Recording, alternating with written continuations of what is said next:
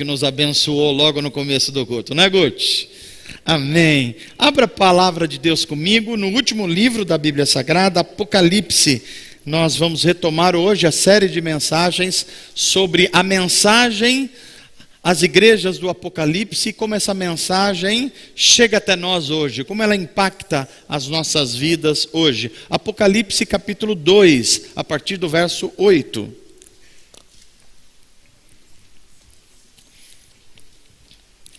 Como disse a vocês, e eu vou repetindo, Apocalipse é o último dos livros escritos da Bíblia Sagrada. O Espírito Santo inspirou João. João é aquele mesmo que escreve o Evangelho de João e também escreve as cartas 1, 2 e 3 de João, e ele está isolado na ilha de Patmos. Ele está sozinho, ele está sofrendo a pressão do Império Romano, e é mandado ele se calar. E ele diz: como é que eu posso me calar se eu vi o Cristo ressurreto, se ele está agindo no mundo? Eu não vou me calar. Então, João, nós vamos calar você, vamos mandar você para uma ilha deserta, sozinho, e você vai morrer lá. E João fala: se vocês quiserem fazer isso, façam, mas eu jamais vou negar o Cristo ressurreto. Ele está vivo, ele está transformando pessoas, ele está curando pessoas. E ele vai para lá, e quando ele está lá, ele tem uma revelação. O Cristo ressurreto aparece para ele e fala: João, pode ser que as pessoas estão achando que vão te calar, mas eu vou revelar coisas aqui para vocês inefáveis, e o mundo inteiro vai conhecer isso através de você. E a prova disso é que nós estamos em 2020 e nós estamos sendo beneficiados por essa revelação que João teve. Isso quer dizer, meus irmãos, que tem coisas que a gente não está vendo, mas Deus está fazendo e está agindo. Deus está agindo hoje. Você que está orando pela sua família, Deus está agindo hoje. Pode ser que até ontem você não estava vendo nada, pode ser que até hoje você não está agindo, mas continua orando. Deus está agindo, Deus está trabalhando, e na hora certa isso vai se manifestar, porque é promessa do Senhor. E João é este que nos escreve, e nos escreve coisas extraordinárias. E uma delas nós vamos ler agora no capítulo 2. O capítulo 2 e 3 da profecia de João em Apocalipse trata da mensagem de Deus às 7 igrejas. 7 igrejas. Essas igrejas são igrejas reais que existiam na Ásia Menor, região onde é a Turquia hoje mais ou menos. E essas igrejas foram evangelizadas especialmente por Paulo, por João, por Timóteo, por Pedro. E essas igrejas estavam num momento de grande aflição, de grande pressão da sociedade, de grandes lutas. Alguns estavam sendo presos por professar o evangelho, outras pessoas estavam perdendo seus empregos, o seu trabalho, porque não recebiam cristãos para trabalhar. Olha só, eles estavam sofrendo pressão do Império Romano, que dizia: se vocês adorarem outro Deus, vocês vão ser presos, vocês serão mortos, porque só o imperador pode ser adorado como Deus. João está diante desse quadro, e ele escreve, porque o Cristo ressurreto aparece para ele. E o que ele escreve? Ele escreve uma mensagem que é para o anjo da igreja, ou seja, a liderança da igreja. Ele escreve uma mensagem que é para toda a igreja que está numa cidade idólatra, uma cidade que abandonou Deus, uma cidade que tenta viver à margem da lei de Deus. Mas ele escreve uma mensagem também para os cidadãos dessas cidades, que tem tudo a ver conosco, que somos cidadãos de cidades como Osasco, como São Paulo, como Nova York, como Londres. É para nós essa mensagem. Então essa carta à igreja Esmina é carta para uma igreja, é carta para uma liderança, mas é uma carta para cada um de nós. E qual é essa mensagem que o Espírito Santo está atualizando para nós hoje? É isso que nós vamos ler agora nesse texto bíblico. Ao anjo da igreja em Esmirna, diz a palavra de Deus, Apocalipse 2 e 8: Estas são as palavras, e olha como aparece aquilo que eu tenho procurado mostrar a vocês. Todo começo de carta em Apocalipse começa com Cristo se apresentando. E ele se apresenta de um modo muito particular a cada igreja. Olha a igreja de Esmirna. Estas são as palavras daquele que é o primeiro e o último. E tem uma razão para Jesus se apresentar assim. Eu sou o primeiro e eu sou o último. E depois ele diz, eu também sou aquele que morreu, mas tornou a viver. Tem muito a ver porque que Jesus se apresenta assim. Verso 9. Eu conheço vocês. Jesus conhece a comunidade de Atos. Jesus conhece as pessoas da comunidade de Atos. Eu conheço vocês e eu conheço inclusive as suas aflições. Se você acha que Jesus não conhece o que você está passando, você está enganado. Porque Ele está dizendo para você hoje, eu conheço o que você está passando. Eu conheço as suas aflições. Eu conheço as suas necessidades e a sua pobreza. Mas no final da história, você é rico e não sabe. É o que está escrito lá. Eu conheço inclusive a blasfêmia dos que se dizem judeus, mas não são, sendo antes sinagoga de Satanás.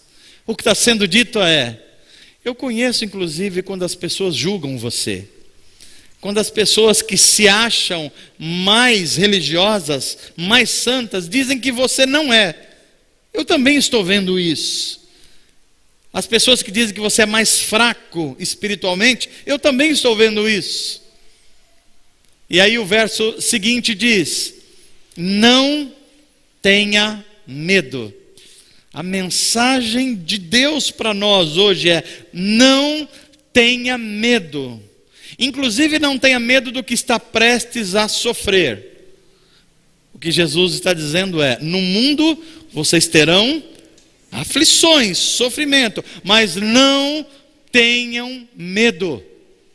Saibam que o príncipe das trevas, o diabo, o príncipe desse mundo, lançará inclusive alguns de vocês na prisão. Alguns vão perder emprego, porque não fizeram negócios escusos. Alguns serão tratados de lado, porque não estão no meio do pecado da sociedade. Mas não tenham medo, porque o diabo lançará alguns de vocês na prisão para prová-los. E vocês sofrerão. Sofrerão inclusive perseguição. Durante 10 dias. Símbolos acontecendo. Mas seja fiel. Seja fiel até mesmo diante da morte. Porque eu vou lhes dar uma coroa. E essa coroa é a coroa da vida. Olha só, verso 11. Aquele que tem ouvidos, aquele que se deixa abrir os ouvidos para ouvir, ouça o que o Espírito Santo está dizendo às igrejas, às cidades e a vocês. Ao vencedor será dado que de modo nenhum sofrerá a segunda morte. Muitos símbolos aqui, muitas palavras que a gente precisa mergulhar para compreender, mas há algumas coisas que você não precisa nem se esforçar para aprender. Primeiro, o Espírito Santo está dizendo para mim e para você, diante do mundo estranho, diante do mundo esquisito, diante do mundo obscuro, diante do mundo com pandemia, diante do mundo com desemprego, diante do mundo com quebradeira, diante do mundo com falhas morais e pecados morais terríveis, não tenham medo, eu estarei com vocês. É essa mensagem de saída, e é isso que a gente vai buscar refletir. Vamos usar uma palavra de oração antes disso. Pai, abre o nosso coração, Senhor, abre o nosso coração, para receber a palavra que vem do alto, a palavra de vida. Abre também a nossa mente, porque a nossa mente é bombardeada por tantas mensagens. Nós ouvimos tantas coisas essa semana, tantas notícias, tantos medos. E se o Senhor não agir em nós, não falar em nós, a gente vai ser aprisionado por esse medo de viver. Mas nós cremos que o Senhor nos trouxe aqui para que na comunhão dos filhos de Deus o Senhor se revelasse. Assim como o Senhor se revelou a João numa ilha solitária 2000 anos atrás, que o teu Espírito nos atualize essa palavra hoje, para que ela seja viva, eficaz, transforme, cure, levante a cada um de nós e projete um farol para a gente enxergar a vida conforme a tua vontade. Assim nós oramos em nome de Jesus. Essa é a terceira mensagem da série sobre as igrejas do Apocalipse. Você já sabe que as mensagens para a igreja de Apocalipse, elas são uma mensagem para uma igreja que está vivendo numa cidade cheia de injustiça, cheia de pecados, cheia de violência, cheia de perseguição. Mas é também uma mensagem para as pessoas individualmente. E nós vimos na primeira pregação a igreja que estava na cidade de Laodiceia, que a mensagem central era: Laodiceia, eu estou te corrigindo porque eu te amo. A primeira mensagem de Deus para aquela igreja e para nós é: a prova de que você é filho de Deus e que você não é um bastardo é que você tem a preocupação de Deus. Deus se preocupa com você, é por isso que Deus te corrige. A prova que nós somos filhos de Deus é que Deus, por amor, nos corrige. É por isso que a palavra de Deus é pregada, é por isso que tem um conselho, é por isso que chega alguém de Deus diante de nós e fala: ei, acorda, você não é assim, se movimenta de novo, se coloca em posição de novo, não fica aí caído não, Deus está com você, o Espírito Santo vai te ajudar. Por quê? Porque Deus se preocupa com você. E porque Deus se preocupa com você, a palavra diz: Deus corrige aqueles que Ele amam. Então, se você recebeu uma correção de Deus, um conselho de Deus, um reforço, uma exortação, você deve jubilar o seu coração. Por quê? Isso é a prova de que você é um filho de Deus, uma filha amada de Deus.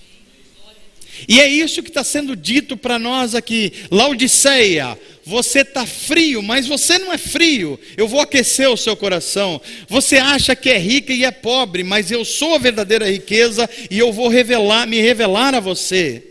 Segunda mensagem foi a pregação sobre Éfeso. E a igreja de Éfeso, nós percebemos que pode ser o momento da vida que a gente está vivendo. Porque Éfeso fazia as coisas certas, tinha a doutrina certa, tinha a liturgia certa, a igreja de Éfeso tinha as ações ministeriais certas, mas tinha perdido o amor, tinha perdido a paixão pela vida, e a gente pode estar vivendo isso. A gente tem muito religião, mas não tem mais paixão por Deus e pelas pessoas. A gente conhece versículos bíblicos da nossa infância, da nossa juventude ou da televisão, mas a gente não tem mais paixão pela palavra de Deus, ela não é alimento diário para a gente. Então Deus nos corrige e fala assim: olha, não tente atalhos para a vida, não vai dar certo, sou eu que conheço a vida, e eu vou me revelar a você através da minha palavra. Então a mensagem à igreja de Éfeso é: volte ao primeiro amor, volte a fazer as coisas com paixão, volte a fazer as coisas sabendo qual o motivo pelo qual você está fazendo. É como se essa mensagem viesse para nós hoje e fala assim: olha, perceba por que é que você está trabalhando, qual é o objetivo seu, perceba o que é uma família, perceba o valor disso, perceba o valor da oração. Não ore porque simplesmente você acha que tem que agradecer na hora do almoço. Perceba que Deus está sustentando a sua vida, os seus recursos, a sua família. Tem um Deus que ama você, está cuidando de você. Então volte ao primeiro amor. Quando você for fazer a comida, não faça de qualquer jeito. Faça com um sazon espiritual, com paixão, com amor. Eu vou alimentar os meus filhos, eu vou alimentar as pessoas que eu amo, eu vou dar o meu melhor que eu tenho. Quando você for trabalhar, faça isso. Eu vou cuidar das pessoas que são a imagem de Deus. Eu vou fazer produtos que sejam produtos que tragam bem para as pessoas. Que aquele que não anda direito vai andar, porque eu vou criar uma tecnologia que vai ajudar ele a andar. Aquele que não está ouvindo direito, eu vou me esforçar para criar um aparelho para ele ouvir melhor. Isso é o amor de Deus em nós, que vai transformando tudo que nós fazemos. Quando nós vamos tocar, Elias, não é tocar uma nota. Nós vamos ministrar amor através dos sons. Nós vamos tocar corações. Nós vamos alegrar vidas. Volte ao primeiro amor, é a mensagem a Éfeso. E a mensagem a Esmirna. A cidade de Esmirna é: seja fiel, Esmirna. Porque o mundo está cada vez sendo mais infiel. As pessoas estão sendo cada vez mais infiéis. Os relacionamentos estão se desmanchando. O amor e o afeto entre as pessoas estão se desmilinguindo. E a diferença você só vai se revelar como luz para o mundo se você mostrar que a fidelidade é central para a vida. Que uma vida sem fidelidade não vale a pena ser vivida. Porque Jesus Cristo, inclusive, é a testemunha fiel, que é um dos temas de Apocalipse. Então aí está a cidade de Esmirna, a quem Deus diz: seja fiel. Seja fiel mesmo diante dos perigos de morte. Mesmo diante das grandes ameaças. Se você não fizer, você vai perder. E você vai olhar e dizer assim: o que eu faço, Senhor? Ele vai dizer: seja fiel. Porque a morte não é a palavra final para aqueles que têm Jesus Cristo ressurreto dentro de si.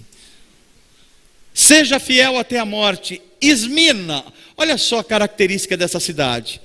Era uma das cidades importantes do mundo antigo. Era uma cidade portuária, portanto uma cidade que lidava com riqueza. Era uma cidade, inclusive, que aí você vai entender por que é que Jesus fala assim: eu sou o primeiro e eu sou o último. Porque era uma cidade que se gabava de ter a cultura e a filosofia grega, que era o que tinha de mais top no mundo antigo, e até hoje a gente sofre os efeitos disso. E era uma cidade que estava governada sobre Roma. Portanto, a Pax Romana, ou seja, o modo de governar romano, era um motivo de orgulho para essas cidades. Então eles achavam assim: nós somos, como cidade, os primeiros a ter acesso à filosofia, às artes, ao conhecimento. Nós somos os primeiros. E nós temos o orgulho de ser assim. Mas também nós somos aquilo que tem de mais moderno. Nós somos governados por Roma. Nós somos governados pela lei e pelo direito romano. Nós temos riqueza nos nossos portos. Nós somos os últimos, os ultimates. Nós somos o futuro. Mas a gente vai ver que isso é um engano do coração dos cidadãos e da igreja dessa cidade, que está sendo afetada pela cultura da cidade. Agora, Esmirna era também um lugar muito religioso. Era um lugar em que a religião aparecia de muitas formas. Inclusive, tinha aquelas pessoas que eram judeus, que o Cristo chama de judeus falsos, que começava a perseguir toda forma de expressão de vida que não fosse a sua própria expressão. Aqui a gente vê claramente o que a gente poderia chamar hoje de fundamentalismo religioso. Vocês estão vendo que o mundo nosso está assim. Na França, essa semana, aconteceram pelo menos 2 atos de terrorismo. Mas no mundo está acontecendo muitas. E o que é o ato do terrorismo religioso? Eu tenho a verdadeira religião. Se você não segue o que eu sigo, você merece a morte, porque você não tem valor. Inclusive, uma brasileira perdeu a vida num desses atentados. E esta semana, me parece foi ontem, um padre grego ortodoxo também foi quase morto durante um ataque numa cidade francesa. Mas não é só lá. A gente está no Brasil hoje uma guerra de religião também. Uma guerra de, se você não fizer de um jeito, se você não for adepto de uma linha X, você não é meu irmão. Se você não fizer desse jeito, você está excluído. Inclusive, olha, a cultura do cancelamento, que é uma cultura do nosso tempo, das redes sociais, ou seja, você não gosta de alguém, o que alguém falou, está cancelado. Vamos colocar essa pessoa para fora da nossa vida, para fora das nossas redes. Entrou para dentro da igreja. E nós começamos a cancelar as pessoas. Nós cancelamos pregadores, cancelamos teólogos, cancelamos gente que pensa um pouco diferente da gente. E nós começamos a ser como Esmirna era. E o Cristo ressurreto está dizendo assim: não peguem essa cultura pecaminosa e tragam para dentro da minha igreja. Não façam isso. Vocês não foram chamados para isso. E quem está fazendo isso são falsos religiosos. E pior, Jesus chama essa comunidade de mal, de cancelamentos, de perseguição, de comunidade ou sinagoga de Satanás. Olha isso, sinagoga de Satanás. Gente que está matando espiritualmente o outro, está matando a fé do outro, está matando a esperança do outro. Eles não são templos de Deus, eles são sinagogas de Satanás. Prova de que isso que estava acontecendo é que o último discípulo de João, conhecido por nós na história, um homem chamado Policarpo, que foi fiel a Deus, discípulo de João que escreveu o Apocalipse, ele é morto nessa cidade. Ele é morto porque ele falou: olha, vocês podem fazer o que quiser comigo, vocês podem matar o meu corpo, mas não matará a minha mensagem. Se eu for morto por vocês, vocês acham que vão acabar com a minha fé e com a mensagem, mas não vão, porque a posteridade vai me ouvir. E a prova é que 2000 anos nós estamos falando do Policarpo aqui. Ou seja, Paulo, quando estava preso, ele diz assim: Roma está me prendendo, o Sinédrio está me prendendo, eu estou preso, mas a palavra de Jesus não está presa e ela vai ser liberada para gerações adiante. Essa mensagem que está diante deles, está diante de nós. Policarpo, o discípulo de João, foi martirizado pelo espírito que dominava essa cidade. Então isso era Esmirna. Aí vem Jesus e se apresenta. Olha que curioso como Jesus se apresenta a essa cidade e ao espírito dessa cidade. Quem sou eu? Eu sou o Cristo. Eu sou o Cristo que sou o Alfa e o Ômega. Eu sou o primeiro e eu sou o último. Lembra o que Esmirna se gabava de ser? Nós somos os primeiros ao conhecimento, nós somos gregos. E nós temos as últimas palavras sobre civilidade, nós somos romanos. Mas Jesus fala para eles: vocês estão enganados, porque vocês acham que são, mas não são. E olha que curioso, 2000 anos depois, você ouviu falar em Esmirna, na geografia atual? A gente nem sabe o que é o Império Romano 2000 anos depois, que dominava o mundo da época. Se reduziu a uma pequena cidade na Europa. Agora, quem é Jesus Cristo? Jesus Cristo continua sendo aquele que está salvando os seres humanos dos seus pecados e oferecendo vida nova e vida eterna. Essa mensagem: eu sou o primeiro, eu sou aquele que dá início, é a base da vida. E eu sou aquele que também levo a vida a cumprir o seu verdadeiro propósito. Então eu sou o começo, a base da vida, e eu sou o final da vida, no sentido de nos conduzir até a vida eterna. Mas Jesus também diz mais, ele diz: eu sou aquele que esteve morto, mas agora vive. Jesus está fazendo referência a dois aspectos da cultura grega daquela época. O primeiro aspecto é que essa cidade, ela se gabava inclusive, porque 7 séculos antes de Jesus, ela foi completamente destruída. pelos lídios. Ela foi desterrada, ela foi demolida os seus prédios e ela morreu como cidade. Mas quando Alexandre o Grande começou a dominar o mundo da época, ele reconstruiu junto com os seus generais. Então é a cidade que esteve morta, mas reviveu.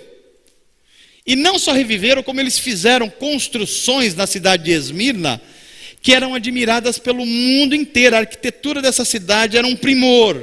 Era um primor. Então Jesus se apresenta e fala assim: vocês acham que era a cidade morta, mas que agora está viva e é o centro da civilização? Mas na verdade quem esteve morto e reviveu fui eu, e eu estou vivo e continuarei vivo na história. Isso é Cristo se apresentando. Inclusive, eu sou aquele que te conhece. Aqui uma mensagem para a igreja, para as pessoas. Eu conheço vocês. Eu conheço o que vocês estão passando. Eu conheço as pressões que vocês estão sofrendo de fora da sociedade. Eu conheço a dificuldade que você está tendo com as suas famílias. Eu conheço o quanto você está sendo pressionado num mundo cujos valores são absolutamente diferentes dos seus. Eu te conheço. E agora Jesus começa a dizer quem é a igreja de Esmirna. Quem é os cidadãos dos céus que estão vivendo em Esmirna. E começa a mostrar quem sou eu e quem é você. Olha só, quem é você? As pessoas acham que você é pobre. Mas você, na verdade, é rico. Eu preciso lembrar você, se Jesus Cristo vive de fato dentro de você, se você recebeu o Espírito Santo, se a palavra de Deus está guiando você, você é rico. Porque rico não é aquele que tem demais. Rico é aquele que tem o necessário. Isso é ser rico. Rico é aquele que não precisa do que os outros acham que precisa. Rico é aquele que fala assim: eu sei o que eu preciso, e eu sei que eu busco o que eu preciso na palavra de Deus, que é aquela que diz o que eu de fato preciso, porque a vontade de Deus é sempre boa, é sempre perfeita e agradável. Se a vontade de Deus está dentro de você, então você é rico. Por quê? Porque a vontade de Deus vai se revelar na sua vida. E é isso que está sendo dito aqui. Eu conheço vocês, e dizem que você é pobre, mas você é rico. Agora preste atenção, você que ouviu a mensagem sobre Laodiceia, a mensagem de Cristo era justamente ao contrário. Laodiceia, você acha que é rica, mas você é miserável, você é pobre, você é nu.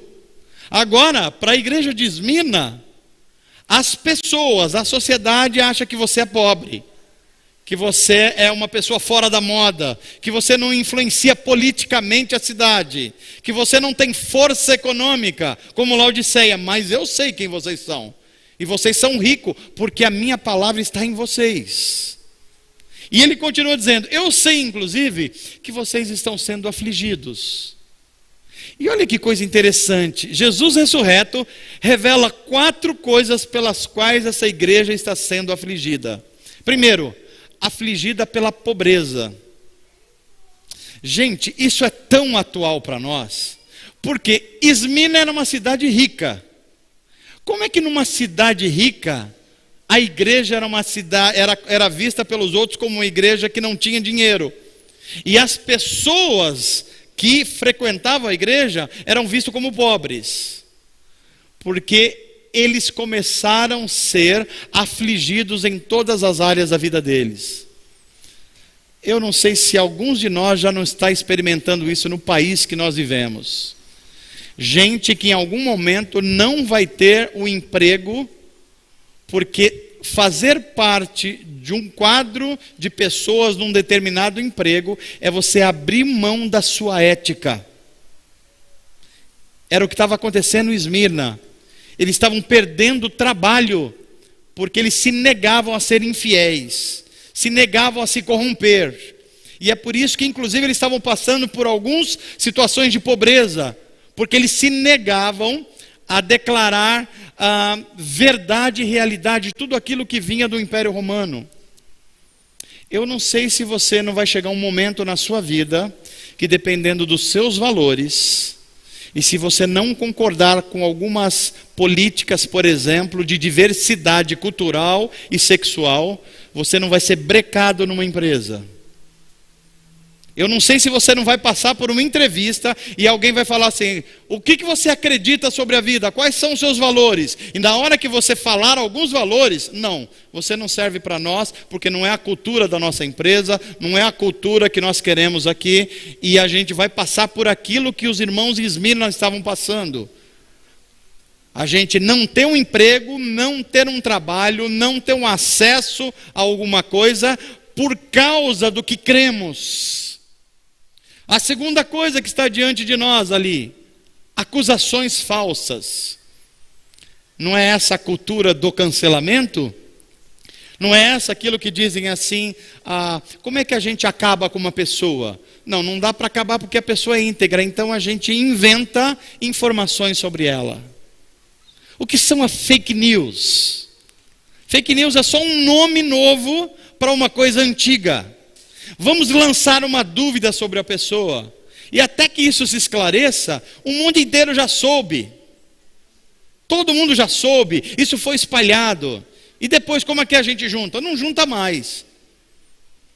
Eles estavam sofrendo isso. Por exemplo, cristãos no começo da igreja primitiva, foram acusados. Olha que coisa curiosa. Quando eles iam fazer o culto da ceia do Senhor, e liam o texto: comam de mim, comam o pão e bebam vinho, porque o pão é a minha carne e o vinho é o meu sangue.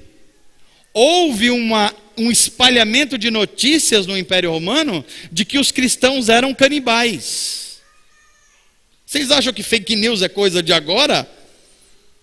Que eles eram canibais, que eles faziam rituais, que comiam seres humanos dentro das suas reuniões. E eles estavam sofrendo esse tipo de coisa, notícias falsas, blasfêmia. Os judeus, que achavam que eram portadores da revelação, e que tinham a lei, e que interpretavam a lei, olhavam para os primeiros cristãos e falavam: a religião de vocês é falsa, vocês não fazem como a gente, vocês não seguem a lei de Moisés, vocês são falsos religiosos. E falava: o Deus que vocês falam servir não é Deus coisa nenhuma, porque o único Deus é o Deus dos judeus. Será que não é isso que a gente está sofrendo também hoje? Se de um lado nós temos pessoas que estão fazendo das ideologias humanas os seus deuses e abandonando Deus, e abandonando a palavra de Deus, do outro lado nós temos pessoas que parecem que patentearam a fé cristã. E se você não segue a cartilha dessas pessoas, você não é fiel, você é infiel, você é herege, você é qualquer outra coisa. Será que essa mensagem não está no centro da nossa vida hoje? Pobreza, acusações falsas, blasfêmias. Eu sei que você está sendo afligido, mas olha a mensagem que vem. A essa igreja de Esmirna, a quem está sendo pedido: seja fiel até mesmo diante da morte. A primeira coisa é: não tenha medo. Eu creio que o Espírito Santo trouxe você hoje para você ouvir isso. Não temas, o Senhor está com você. Não tenha medo do que vai acontecer. Pastor, o que vai acontecer após a eleição dos Estados Unidos?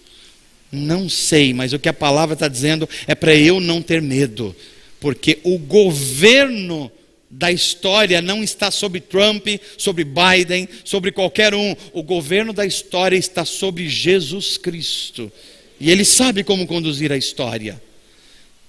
O que vai acontecer com o Brasil o ano que vem, porque está com um déficit de 700 bilhões?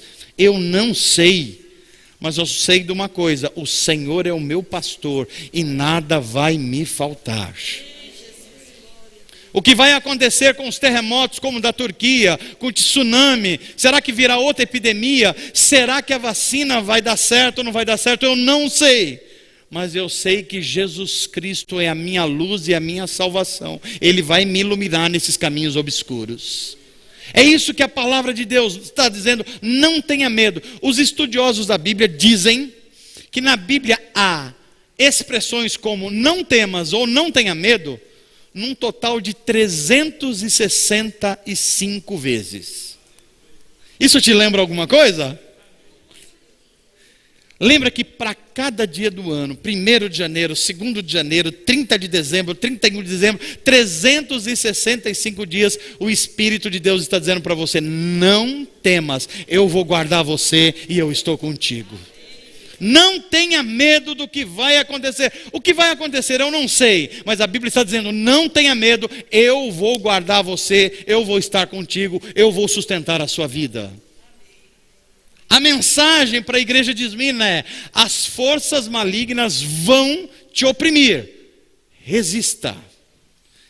Eu estou aqui para dizer para você hoje: as coisas não vão ficar mais fáceis no Brasil e nem no mundo. Não vão.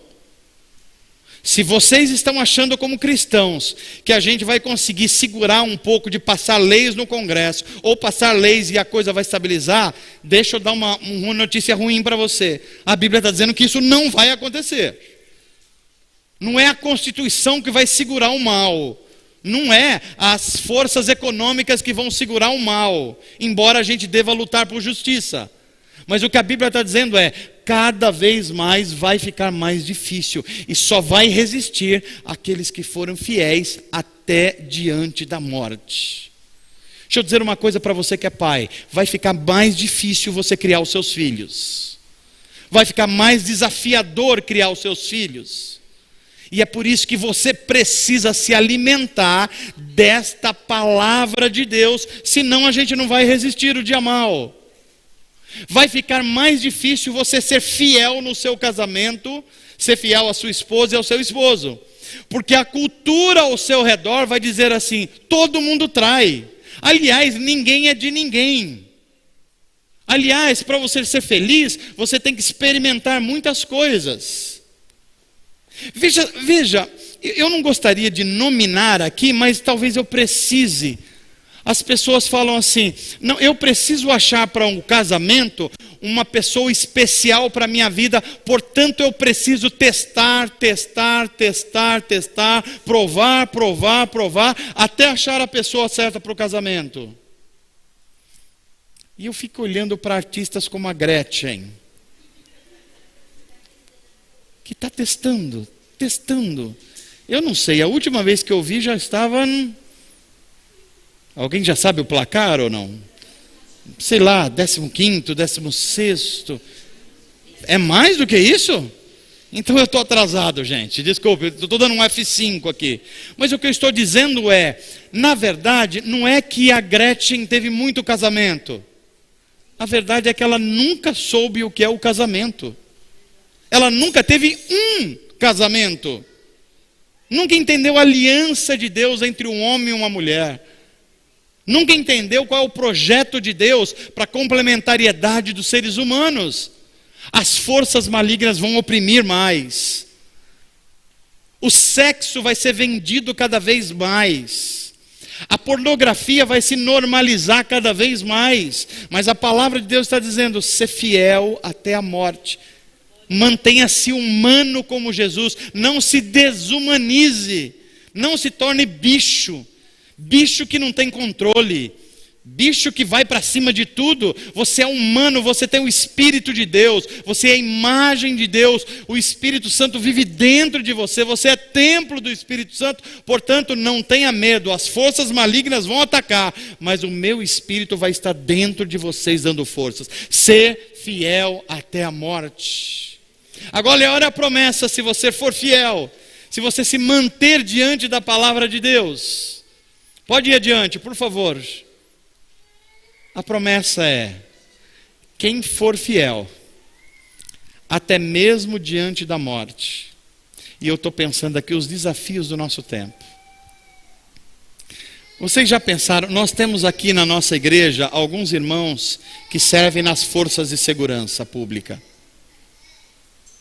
Vocês já pensaram na dificuldade que é ser fiel um cristão trabalhando na polícia do Rio de Janeiro? Já pensou isso comigo? De um lado, você tem o tráfico, e de um outro lado você tem a falsa polícia, a milícia, que agora se juntaram. E se você for pedir o apoio das forças políticas, você está perdido, porque o governador está preso. Como ser fiel num ambiente assim? Veja se você é professor e você vai dar aula. E você chega na aula hoje, você fala uma coisa, e se o aluno retrucar você e você brigar com o aluno, os pais vão chegar nos diretores e fazer pressão para mandar você embora. Como ser fiel num ambiente assim? Tem irmãos que lidam com o direito aqui e vão ter que defender pessoas ou acusar pessoas. E como é que eles vão acusar uma pessoa que é culpada quando o sistema judicial ele está influenciado por gangues e por máfias no Brasil? Eu não sei se você está sabendo, mas deixa eu dizer o tamanho do problema que nós estamos vivendo. Esmirna é Osasco. Esmirna é São Paulo. Aqui na nossa cidade de Osasco, eu não sei se você está sabendo, mas houve uma ordem extraoficial de que algumas pessoas não poderiam fazer campanha, inclusive não podiam sair nem como candidatos. Uma ordem. E não é do judiciário, não é da polícia, não é de força de segurança. Não é por acaso que vocês não estão vendo muitas campanhas acontecendo. Algumas foram proibidas. Simplesmente proibidas por um poder paralelo. Como ser fiel num ambiente assim? Como ser fiel quando você está tendo os seus filhos com 12, 13 anos de idade e você está vendo as coisas fugindo ao controle e a própria legislação do país está ficando cada vez mais individualista, no sentido de que se você corrigir o seu filho, você corre o risco de ser penalizado e eventualmente até preso. Como ser fiel num lugar assim? É a esse tipo de pessoas e sociedade que está sendo dada a promessa: ser fiel até a morte, porque eu te darei a coroa da vida. Aí você talvez esteja perguntando assim, mas o que é a coroa da vida? Veja que as palavras na Bíblia não estão soltas. A cidade de Esmirna, eu falei para vocês que ela era o centro da arquitetura daquela região. Ela tinha prédios públicos tão belos e tão lindos, que eram chamados a coroa de Esmirna. E essa cidade se ufanava, se orgulhava de ter as construções arquitetônicas mais belas da sua época. Era a coroa de Esmirna. Quando alguém olhava para aquilo, falava: isso é belo demais, isso é a glória de Esmirna. Aí o Cristo ressurreto vem: isso aí vai ser derrubado. Não ficará terra sobre pedra, não ficará nada. Mas aquele que for fiel ao que vencer, eu vou dar a verdadeira coroa da vida, o verdadeiro prêmio. E qual é o prêmio? É um dia quando Jesus Cristo retornar ao nosso mundo e olhar para cada um de nós e falar assim: olha, eu conheço a sua aflição. Eu vi quando você perdeu um emprego para ser fiel a mim. Eu vi quando você foi jogado de escanteio porque os seus amigos estavam dizendo: vem para beber, vem para a gente fazer a coisa certa, trai a sua mulher, e você foi fiel. Eu conheci a sua aflição, mas agora você vai receber o primeiro ou principal prêmio da sua vida. Qual é o prêmio? Seja bem-vindo ao banquete das boas novas do Cordeiro. Você entrou para a vida eterna e agora você vai viver a nova sociedade de Deus.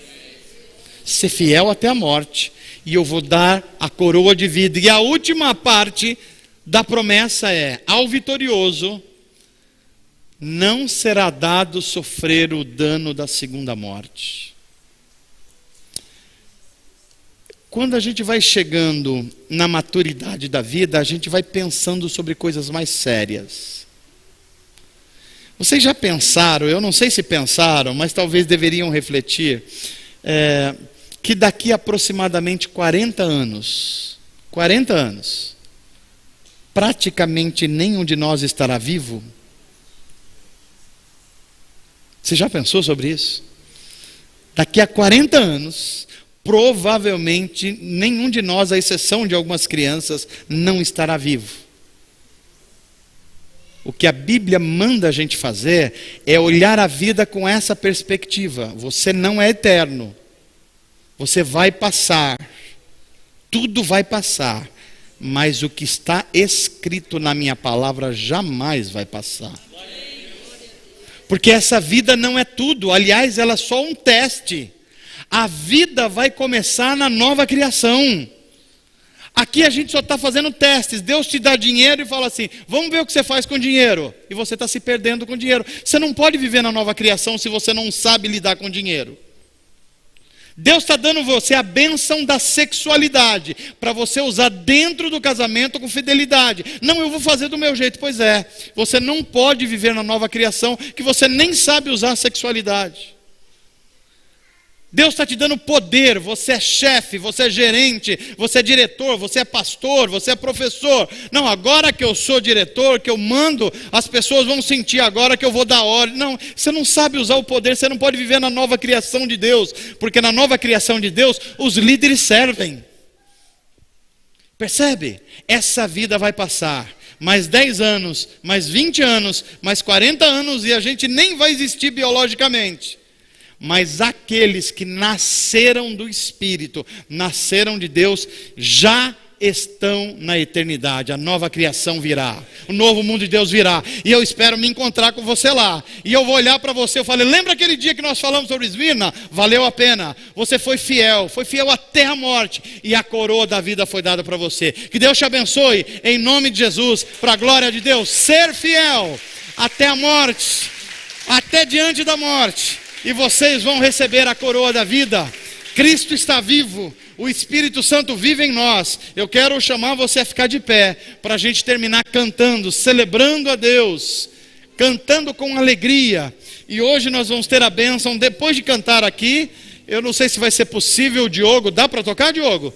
Então seria muito bom que a nossa orquestra nos abençoasse mais uma vez. Vamos lá, grupo de louvor, vamos cantar ao Senhor. E eu quero desejar a você um bom domingo. E na hora que você estiver diante de aflições, de sofrimento, lembra da palavra de Deus. Seja fiel, mantenha-se em Deus, faça da palavra de Deus o seu centro de vida, e você vai ver que o Espírito Santo vai estar com você, te ajudando a caminhar. Amém, gente? Vamos cantar.